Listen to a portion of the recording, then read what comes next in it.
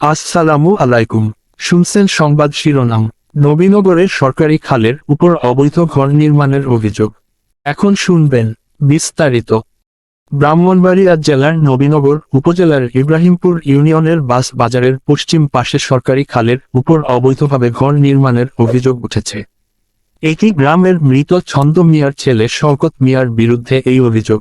ঘটনাস্থল পরিদর্শন করে দেখা যায়, সরকারি খাল দখল করে ঘর নির্মাণ করা হয়েছে। এছাড়া প্রতিবেশী মহসিন মিয়ার জমিতে জোরপূর্বক বিল্ডিং নির্মাণের অভিযোগও তুলেছেন তিনি।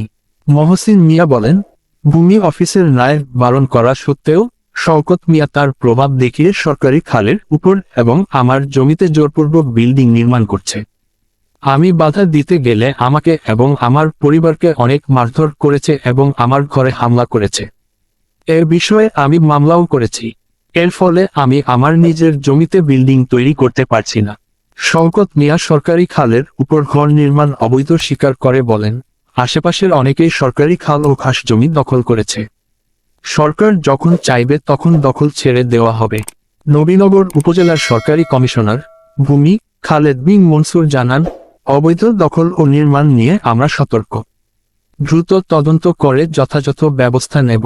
এলাকাবাসীর প্রত্যাশা, অবিলম্বে সরকারি খাল পুনরুদ্ধার ও অবৈধ ঘর নির্মাণ বন্ধ করার জন্য প্রশাসনের কঠোর হস্তক্ষেপ জরুরি।